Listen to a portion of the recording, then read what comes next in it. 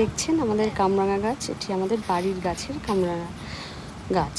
তো গাছটাতে অনেক অনেক কামরাঙা হচ্ছে, তাই ভাবছি যে আপনাদের একটু দেখিয়ে দিই কামরাঙা গাছ। অনেকে কামরাঙা বাজার থেকে কিনে নিয়ে আসে। কামরাঙা গাছ কেমন দেখতে সেটা হয়তো অনেকে এখনও আছে যে দেখেননি কামরাঙা গাছ। এখন তো অহরহ দেখাও যায় না কামরাঙা গাছ। এই দেখুন, এটি একটি কামরাঙা গাছ এবং গাছে অসংখ্য কামরাঙা হয়েছে এবং এটা একটি পাকা কামরাঙা।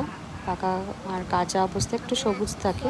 তো এই গাছের কামরাঙাগুলো কাঁচা অবস্থায় কামরাঙা টক থাকে, কিন্তু এটা যখন কাঁচা থাকে তখনও মিষ্টি মিষ্টি লাগে, আর পাকলে তো মিষ্টি লাগেই। তো ভীষণ একটি সুস্বাদু একটি ফল।